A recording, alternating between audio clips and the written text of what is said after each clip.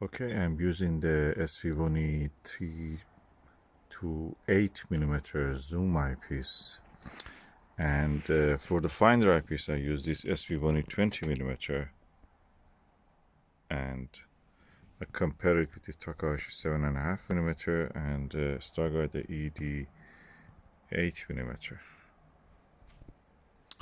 I'm using the Skywatcher 120 ED Pro Schott glass. That is 120, yeah. 5-inch refractor, Apochromatic refractor. And I'm observing the planet Jupiter, which has now 5 Galilean satellites. That is, I think Sigma Arius, or yeah, it must be Sigma Arius, which is for several days now is just around the planet Jupiter. And I must say I'm really impressed with the quality of the zoom. Anyway, this is about the zoom. The zoom eyepiece is so easy to increase the magnification. I found it with the SVBony 20mm. Then brought it to the center, then turned the Q-Turret to the zoom eyepiece. And the zoom eyepiece at 8, I went up down to 4, then a little bit became cloudy, so I may have to repeat this experiment later again. But for tonight, I was able to do this. I'm really happy. 5 Galilean satellites.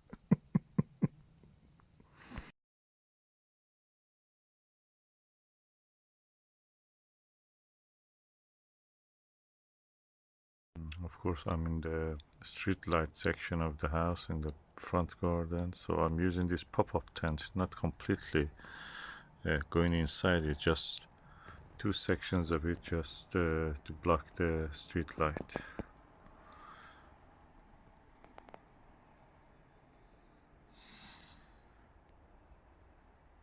So far so good. I may have to repeat this experiment. Oh no, Jupiter is out. Hallelujah. Planet Jupiter is out.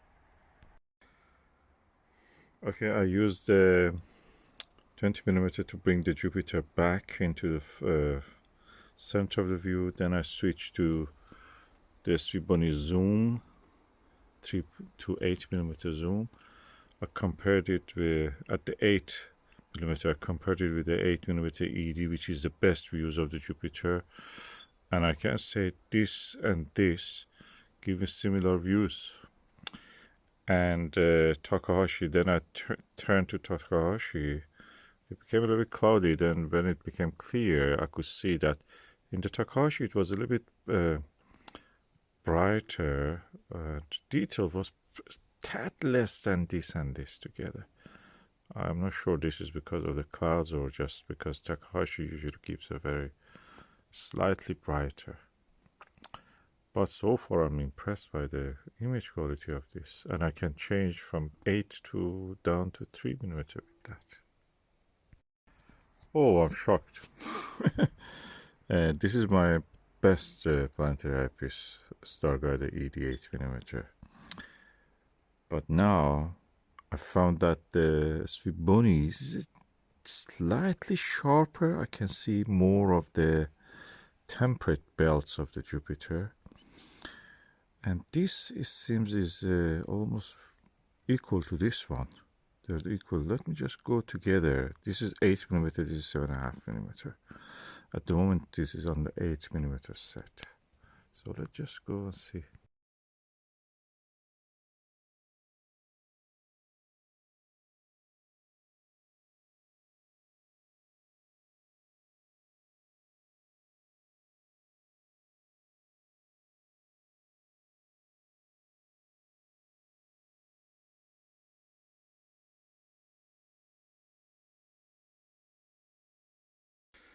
Okay, now I'm comparing between the Takahashi and the SVBony 8 at the 8mm. This is 7.5mm.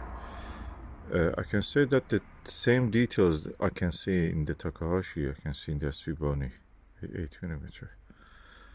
All the fine details that I can see here, I can see here also. So that's that's very impressive. Now I want to go actually change the setting from 8 to 7 just to see what the change will be. Ooh, hallelujah. I changed it to 7mm now, as you can see. And actually the template belt became more clear and I can see some color in it. Kind of, can I say, a little slightly orange brownish.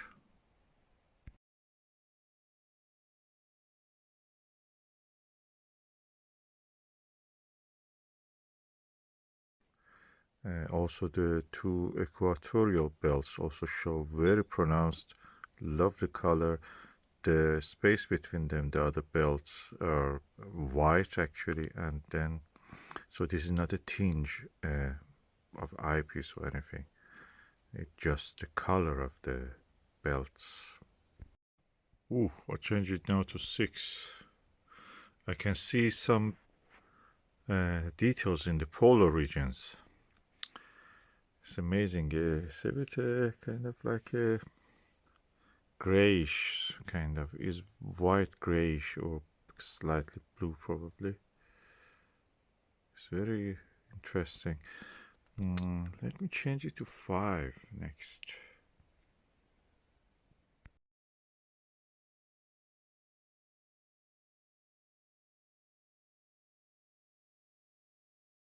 Oh, I can see details in the two equatorial belt. There's some darker brown patches on them, and then a little bit lighter colored indentation into it, and also the polar regions. Those I can see some more detail in that. Oh god, that's, that's lovely. It's now setting on a 5. So I'm just going to see if I can. By the way, they were parafocal with the 5 was parafocal with 6 and 7 and 8. So I'm going to change it to 4. Let's see.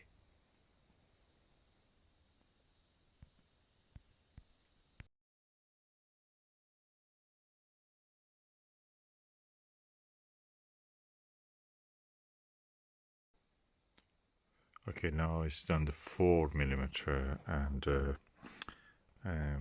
it was not exactly parafocal with the 5, so I had to go, I think, a little slightly inward, and then it come to focus. Beautiful image, magnified. And then my eye, I've shown some halo around the planet, right? I wasn't sure this is the eyepiece or my eye, so I just waited, pressed my eyes a little bit, made it wet with my, tear in the eye, and the halo disappears. So that must be a reflection from my cornea over the eyepiece, then back to my own eye. So now it is clear. I don't have any difficulty seeing. There is no glare or reflection. Amazing. Want to know, go to 3mm. I can't do that 3mm with Jupiter.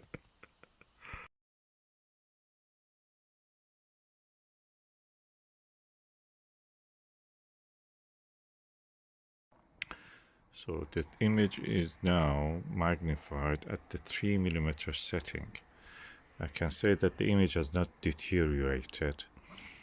Although with this ultra-zoom, it's a little bit too fast. They pass the image drift away quicker than when it was at 5 even or 4.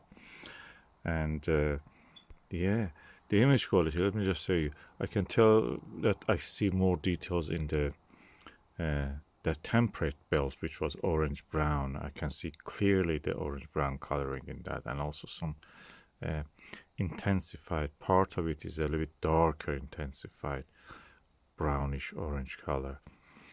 And yeah, if I want to compare with the images of the spacecrafts, imagine that you see the images of Pioneer 10 in 1972. I think it passed to Jupiter.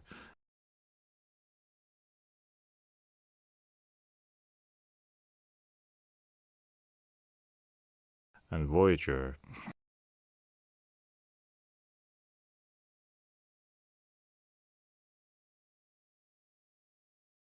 The image, what I'm seeing now, is something between the image quality of the Pioneer and Voyager.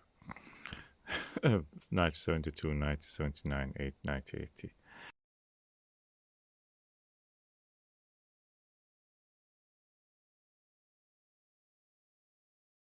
That's so nice it is.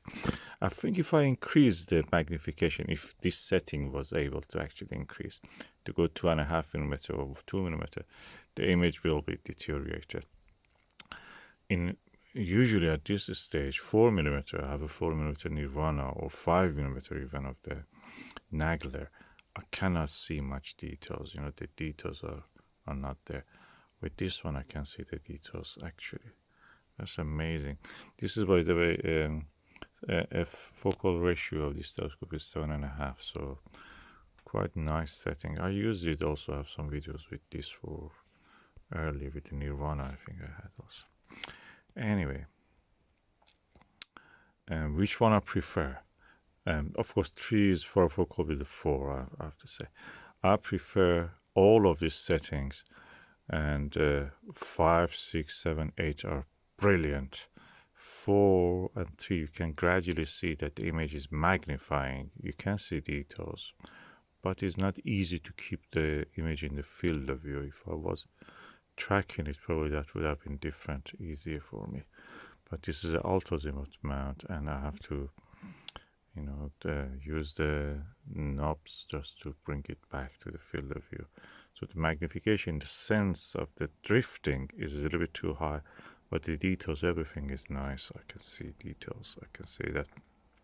No false coloring. I don't see any, you know, glare or, you know, being something halo around the planet. No.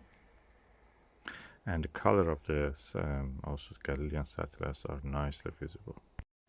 And in the meantime that I was talking, the planet has drifted away. So I just want to show you the setting now. This is on the tree, as you can see here. This is how the zoom has came up,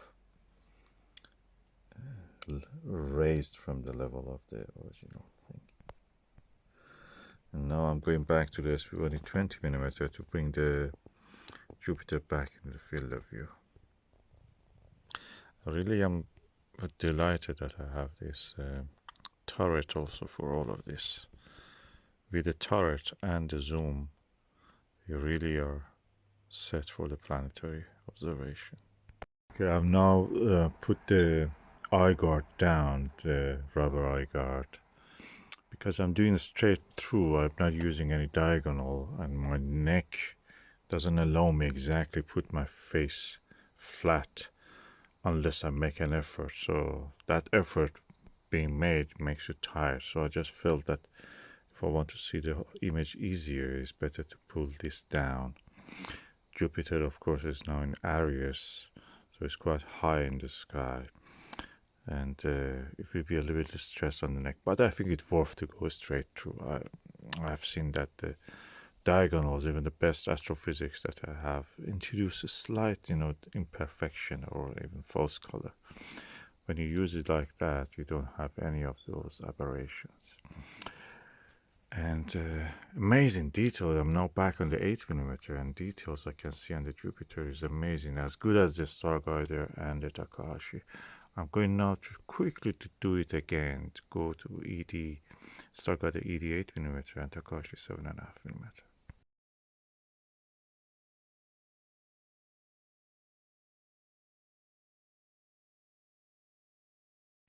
Okay, I came back to Takahashi and then ED 8mm. And I can say that this is more comfortable to look. At the same time, the details are more visible on the SVBony Zoom Eyepiece. In these two, the light control in this one is better than Takahashi. First, his background is dark. But when it comes to detail, this one is the winner. It has the winner. This has the darkest background. Details on this is better, and generally this is more comfortable than both of them. The brightness, the darkness, and the contrast of the image first, second, third. The details on the planet first. These two come second. So first is SVBony. I think this is SVBony is a winner in this. And beside the fact that I can actually increase magnification, this is under 8 at the moment.